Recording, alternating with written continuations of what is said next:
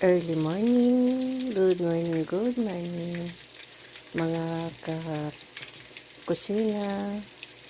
Andito naman tayo, ang agang-aga, magluluto tayo ng masarap na bihang gisado with canton. So, canton gisado with bihon. Alright. So, ngayon, anong oras na ba? So, 4:26 a.m. in the morning.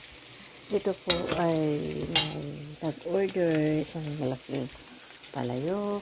Kaya, eto, ang mga sahog ito, ang tinawagan sahog niya yung karne ng manok. Karne ti manok. Sigil panak malangin. Karne ti manok. Carrots.